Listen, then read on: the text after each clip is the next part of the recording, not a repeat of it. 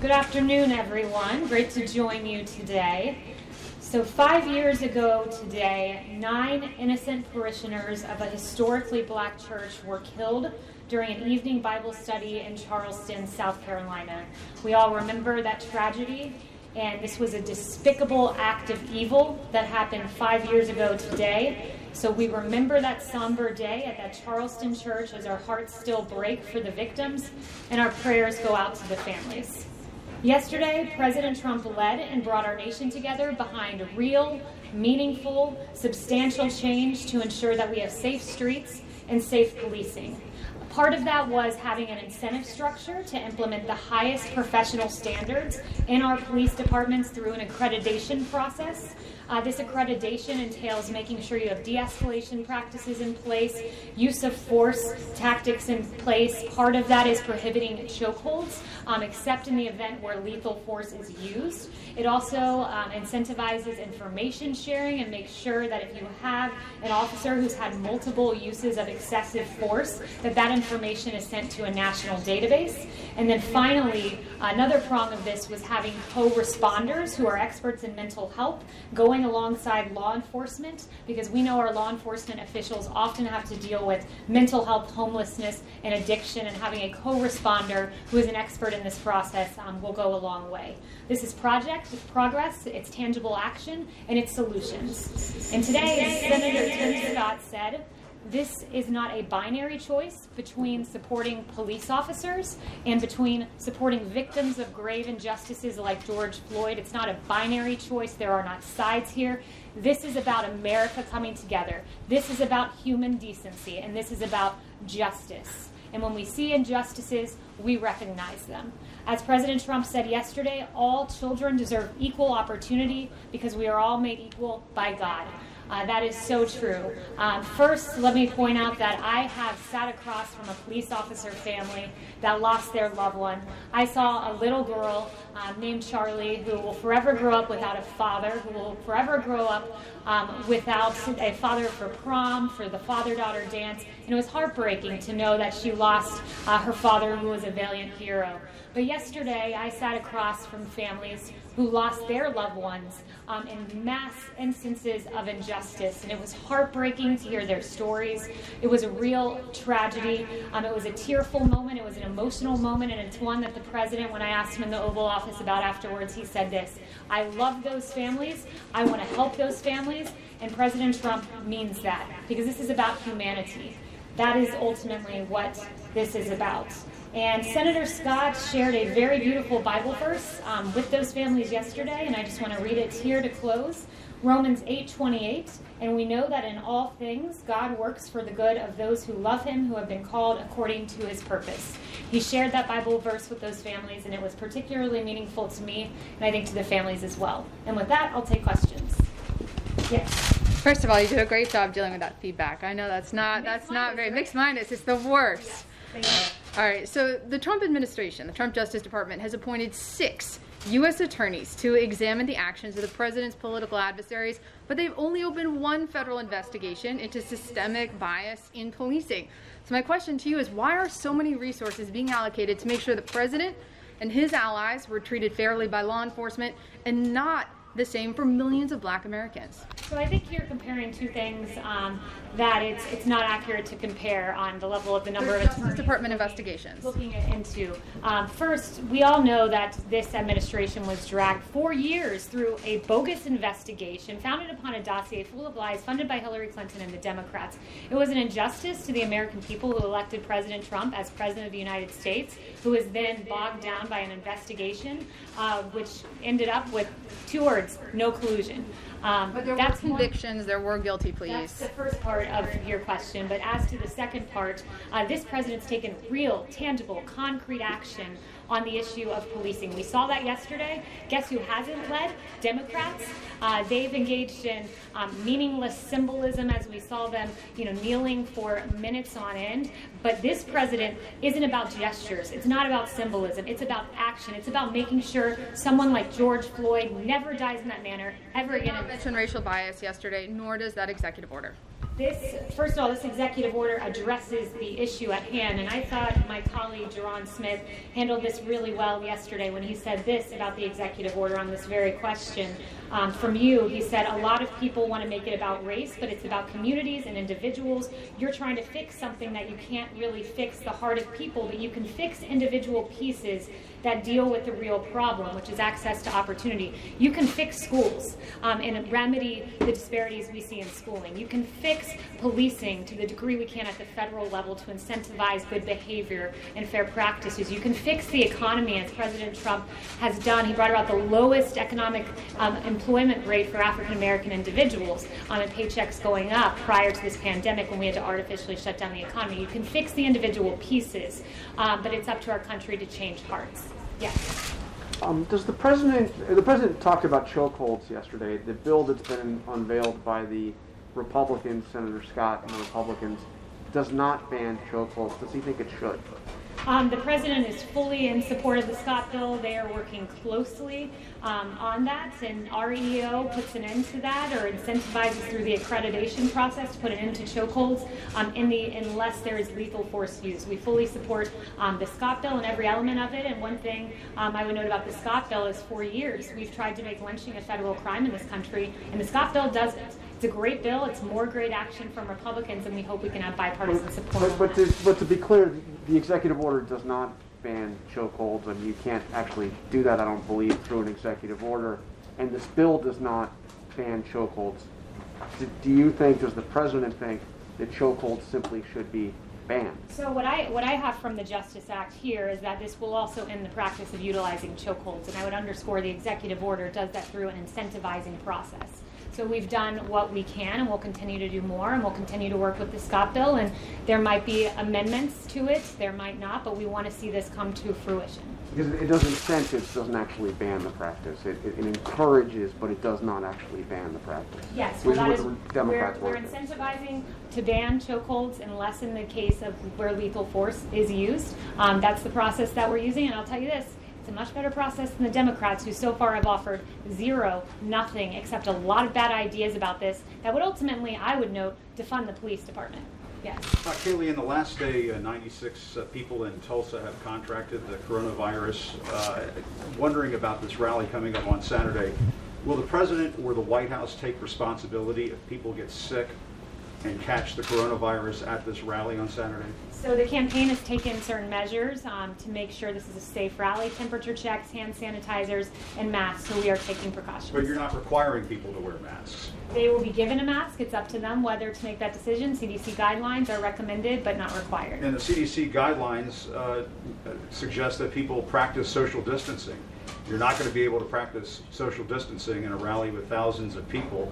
So aren't you, in essence, bringing people to a rally where they won't be abiding by those guidelines, adhering to those guidelines? It's a personal choice of individuals as to what to do, but if we want to talk about internal coherence, I believe that the media needs to work on internal coherence. This wonderful New York Post story, I don't think Stephen Nelson's here, but good job to the New York Post, highlights the hypocrisy of the media where this is okay, protesting, this is not okay, Trump rallies. It's really remarkable, and I think the American people have taken notice when, for instance, NBC tweets at 4:05 p.m.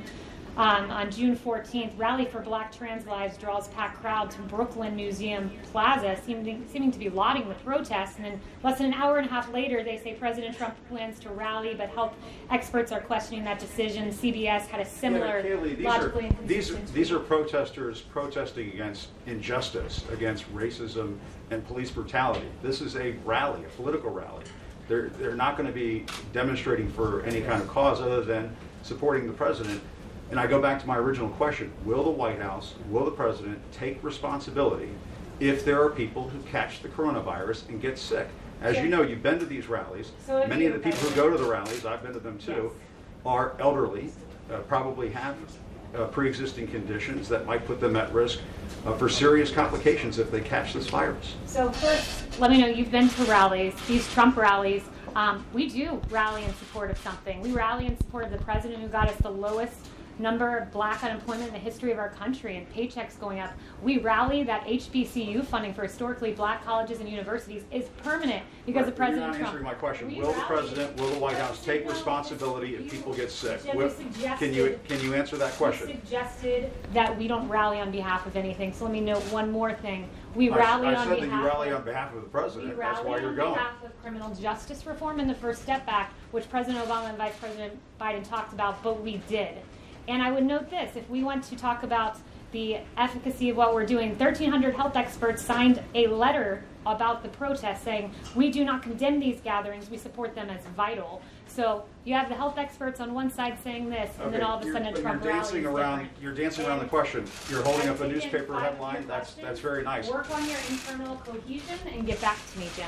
Yes, please. Ms. McEnany, you have not answered the question. Will the President, will the White House... I've answered 5 of your questions. But my first question has not been answered. Will the President, will the White House take responsibility if people get sick? I said to you, we're taking precautions, masks, so you're not going to take hand responsibility. sanitizer, Zeke. Kaylee, so for attendees at this rally, the campaign is requiring them to sign a waiver to waive them of liability, acknowledging that there's an assumed risk with going to that rally. Does not the President have some responsibility himself to ensure, to set an example for the nation to stop, to prevent these larger gatherings or ensuring social distancing so that the American people, and people around the world for that matter, follow his example and preserve the most safe environment? Why is the President not following CDC guidance in doing that? We are doing temperature checks, hand sanitizers, masks. When you come to the rally, as if any event, you assume a personal risk. That is just what you do. When you go to a baseball game, you assume a risk. That's part of life. It's the personal decision of Americans as to whether to go to the rally or whether not to go to the rally. But I would note that this concern for the rallies has been largely absent when it came to the protesters. People really note when CBS says thousands participate in a rally and a silent march for black trans lives, and then this was more than an hour and a half later, President Trump moving ahead with the rally, serious risk of spreading coronavirus. It's really inconsistent. The media seems to not be interested in health so much as ideology behind certain events. So, for instance, you go and the lockdown protesters were widely condemned by the media who were protesting the lockdown, but then all of a sudden this protest for Black Lives Matter is lauded. It makes no sense. Ideology is driving the line of questioning in many of these cases, when it should be, if you're focused on science, you should be out there asking these same questions about Kaylee, public health officials here, local officials, mayors in many of the cities where there have been protests, have encouraged those who attended those large gatherings and others to get tested 4 or 5 days after their attendance at the event.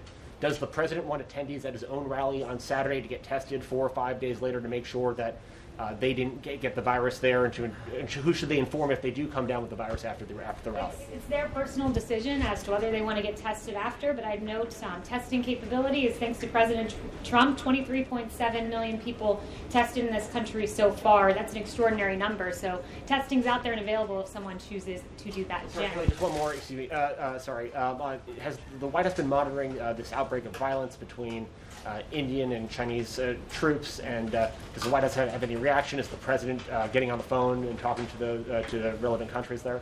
So the President is aware of it. We're monitoring the situation between Indian and Chinese forces along the line of actual control in eastern Ladakh. So we've seen that the Indian Army statement that 20 Indian soldiers died as a result of the confrontation today, and we extend our deepest condolences on that. Jen. To follow up on Zeke, has the coronavirus task force been consulted? Have they done any modeling on how many people could get sick at the Tulsa rally or die from the Tulsa rally? Have they even been consulted about the rally? The coronavirus task force, they're meeting today. I would first point that out. They meet regularly and they monitor the whole country. So they don't zone in on a Trump rally, they zone in on the whole country and analyze it through a database lens. So they haven't specifically done modeling on the rally? They look at the entirety of the country. That would include the state of Oklahoma, but they look at all 50 states in close consultation with governors. Jay Powell this morning, the Fed chairman, Jay Powell this morning said that he thinks it would be appropriate for there to be more federal stimulus. Does the White House have any comment on his comments? It's something that's being looked at, of course, of phase 4. No announcements on what those elements would be, and wouldn't want to get out ahead of the president, but I would note that this economy is robust and growing and coming back stronger than anyone could think from this because of the president. I mean, you look at retail sales surging 17.7%, unemployment insurance weekly claims falling. We have the fastest growth rate in American history in the third quarter, so we artificially shut down the economy, but we have a robust recovery happening and taking place, and that's thanks to President Trump. And there are a lot of good metrics, like new business applications skyrocketing, small businesses now opening at about 80%, Apple Mobility Index, that's practically pre-pandemic levels. So there's more work to be done. Phase 4 will address that should it take place. But we are encouraged by what we're seeing, that the Donald Trump economy is coming back, because ultimately investors and business owners have faith in this president. Yes. Jeff. Thank you, Kaylee. You mentioned testing just now, and the president has also both been tweeting and saying publicly on Monday that if the country just stopped testing, that there would be no or virtually no cases left. That doesn't make sense. Can you explain what he means by that? Yeah, it's entirely logical. When you do more testing, you identify more cases. Countries that don't do as much testing don't identify the same number of cases. I mean, it's pretty logical, exactly what he said. Okay, so it's about identifying them, because he seemed to suggest that if we weren't testing, then those cases wouldn't exist. Is that just a misunderstanding? That was not at all what he was saying. He was saying when you test, you end up identifying more cases, and we've tested 23.7 million people, a positivity rate of 5.9%. So we are in a good place when it comes to testing. And just along those same lines, the vice president today wrote an op-ed, I believe, in the Wall Street Journal, playing down the prospects of a second wave. Is the White House just confident that there's not going to be a second wave of the coronavirus? The White House is confident that we have enough testing to identify asymptomatic individuals, that we have therapeutics that are promising, that we are working on a vaccine with Project Warp Speed that we hope will be there by the end of the year, and we think will be, and we have a robust public-private partnership that has shored up America's supply chain. So we are in a good place, and that's what the Vice President was noting. John. Thanks a lot, Kaylee. Two subjects. The first question has to do with the lawsuit that was filed against John Bolton, the former National Security Advisor, by the Department of Justice yesterday. The DOJ did not file a lawsuit against Simon & Schuster, nor did it file an injunction against the publisher. Why not? Do you still expect this book to hit bookstores, to be on Amazon, to be available for people to read on the 23rd of this month? So that, as to why they went down that particular path, that's a question for DOJ. But what I would note is this book is full of classified information, which is inexcusable. Former National Security Advisor John Bolton should know all too well that it's unacceptable to have highly classified information from the government of the United States in a book that will be published. It's unacceptable. It has not gone through the review process, and that's where we currently stand. And I'd refer you back to Barr's comment on this, which is we don't believe that Bolton went through that process. It hasn't been completed, the process, and therefore he is in violation of that agreement. That was part of his quote from Monday. On the other subject, the executive order the president signed yesterday, during that event, in his comments, he acknowledged that there are indeed bad police officers. Is the president opposed to the idea of removing qualified immunity for police officers, even bad police officers? Yeah, so qualified immunity, let me note, is a total and complete non-starter. What qualified immunity would do is it would really enable the police in this country to do their job. That's in the Democrat bill, and I'd argue this. Democrats, they say defund the police, defund the police. We hear that from Congresswoman Ocasio-Cortez and Congresswoman Omar and others. Well, what does the Democrat bill do? By removing qualified immunity, what you're essentially doing is not allowing police to do their job. There would be a decrease in policing in this country. Our streets would not be safe. What President Trump has done is worked with law enforcement to improve law enforcement, to ensure that the bad cops that exist are pushed out of the system. The overwhelming majority of cops are good, so we've got to address the handful that are bad, and that's what the president's order has done. But taking away qualified immunity would make the streets of this country a whole lot less secure. Just look at what happened when we didn't have ample law enforcement out on Lafayette Square. A church burned and multiple officers injured. So how do you handle a situation, Kaylee, of a bad police officer hiding behind the shield of qualified immunity? Look, I would note that also the court has litigated this pretty strongly. It's been adjudicated. The Harlow court, in that decision, Harlow, the Supreme Court, talked about achieving a balance between allowing victims to hold officials accountable while also minimizing the social cost to the whole, the cost of police officers, for example, pulling back. So the Supreme Court has litigated this for decades and has approached what they think is the appropriate balance with qualified immunity. And I think it would go a long way just doing what the president did yesterday, having that national database of offenders so we ensure that a police officer doesn't leave one department and then go to another. Francesca.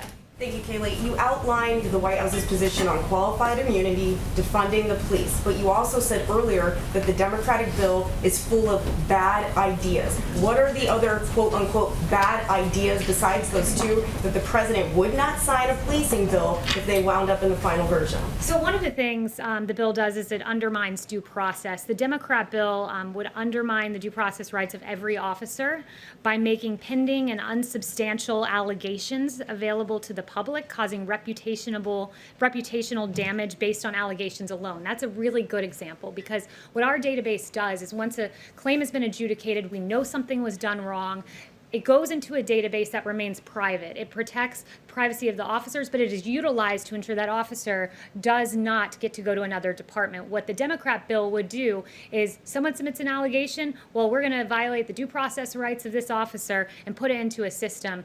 We have to balance everything in this situation, making sure our good, hardworking, overwhelmingly good police officers are able to do their job, but ensuring that we do not have victims like the victims I heard about yesterday and the excruciating, painful, devastating stories of their sisters, of their mothers, and of their fathers. Sorry, one other question on that and something else. So you're saying those are the three? That's it? There's a number of things, but those are the ones that I've listed out so far. But there's Right. a number of policies. And on the president's rallies, he has also said that he has rallies on the books in North Carolina and also Florida, two states that have seen recent spikes in coronavirus. Who told the president that it would be safe to have rallies in states that are seeing spikes right now? We are confident that there are embers out there that exist that will be able to put out those embers. Florida has a great governor. He's done a great job so far. We work closely with Governor DeSantis, and we believe that we will be at a safe place. Who said it was safe? Yes. Kaylee, Justice Gorsuch's decision from the Supreme Court this week against anti-LGBT discrimination was focused on employment civil rights law, but also have implications on housing, health care. How does the president want to see this implemented? Does he want it implemented as extensively or as narrowly as possible? So what the president says is he's read the decision, they've ruled, we live with the decision, and we live with the decision of the Supreme Court. So that's where he stands currently. And in terms of how it's implemented, DOJ will lead the multi-agency effort to help provide certainty to the regulated parties. I understand DOJ's role, but the president also has the opportunity to express his opinion and to lead, much like President Obama in 2013. Said he hoped the marriage decision from the Supreme Court would be implemented as extensively as possible. What is President Trump's view on the appropriate scope of the Gorsuch decision? So DOJ will be guiding that entirely, so I will leave that to DOJ. And finally, will the president have any conversations with the DOJ about the implementation of the Gorsuch decision? Not that I'm aware of. He might have had one I don't know about, but not that I'm aware of. Question: does the president think that the Bostock decision is a win for civil rights? Sorry? Does the president think the Gorsuch decision is a win for civil rights? So one thing I would say, I haven't not talked to the president about that personally, but one thing I wanted to read was from the Kavanaugh dissent. There were some real concerns that this was a complete distortion of how we do statutory interpretation, and Kavanaugh lays that out very nicely. But one thing Justice Kavanaugh did say, and I thought it was a very powerful quote, is notwithstanding my concern about the court's transgression of the Constitution's separation of powers, which was a grave concern as a separation of powers point that the DOJ argued in court, it is appropriate to acknowledge the important victory achieved today by gay and lesbian Americans. So I thought that was a very good quote from Justice Kavanaugh. Yes. Alexandra. Thank you. On the plan to reduce U.S. troops in Germany, is there a timeline you can share with us? And could this plan be changed or softened if Berlin agreed to increase its defense spending? So the president addressed our presence, American troop presence in Germany, and he said we're bringing that number down from 52,000, about what it's at now, to 25,000. And the rationale for that, he articulated, was that Germany is very delinquent in their payments to NATO. They're paying 1%. They're supposed to be at 2%, and even 2% is low. It should be much more than that. Mike, would he change his plan if Germany agreed to increase? I wouldn't get ahead of the president on making that decision. Michael. Hi, thanks, Kaylee. I have one question, and then I have two quick questions from colleagues who have sent to me as the pool person. So, on my question, back when 2 White House officials were tested positive for COVID, we all reported on an email that went out to West Wing employees instructing them that masks were mandatory to be worn in the West Wing at all times, with the exception of being when they were sitting at their desks alone. Obviously, none of the White House people that I've seen today have been wearing masks at all.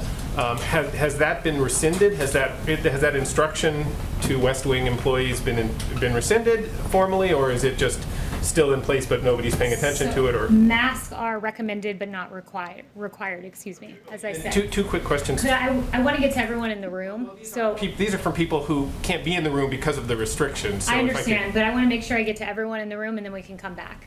Okay. So, Rob. Can I just get a clarification on your equivalence between protests in the streets and rallying on Saturday? Is it the White House position that outdoor events carry the same risk as indoor events?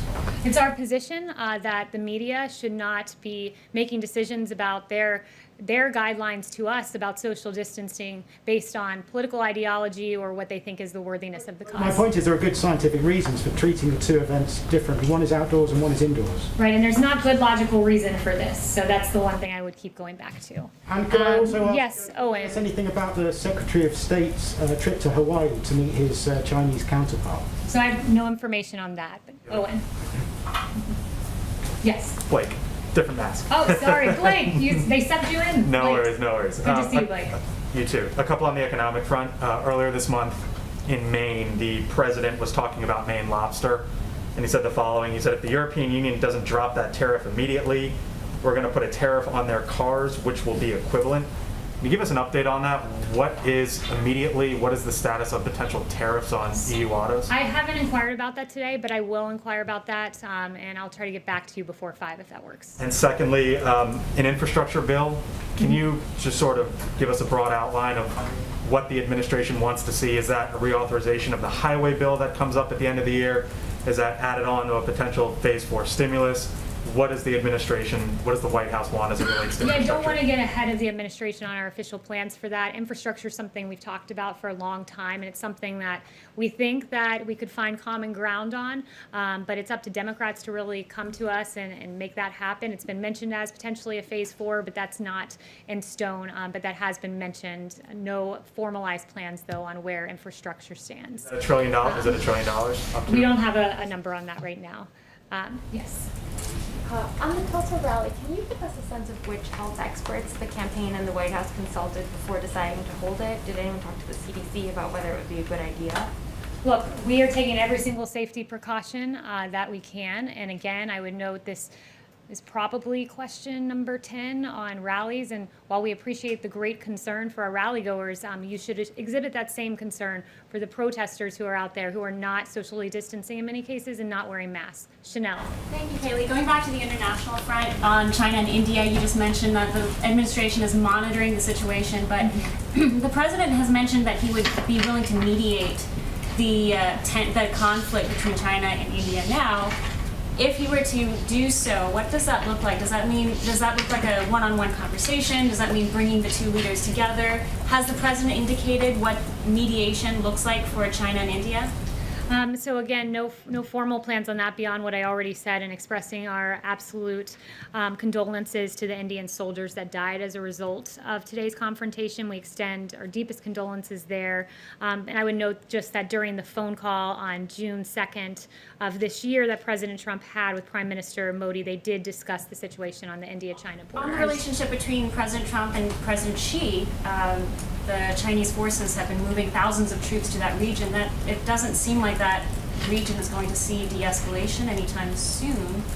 if you were to characterize President Trump's relationship with President Xi today, would you venture into that realm? I would just say what the president has said before, that he is really appalled at the fact that the coronavirus came out of China. They weren't allowing flights into China, but were allowing flights out. They slow-walked information. The WHO seemed to partner with China in slow-walking that information about asymptomatic spread. So that is an appalling state of events, and the president is very upset by that action of China, or inaction in some cases, I should say. Thank you all very much. I hope you have a great rest of the day, and I hope we start seeing more consistent headlines. Thanks very much.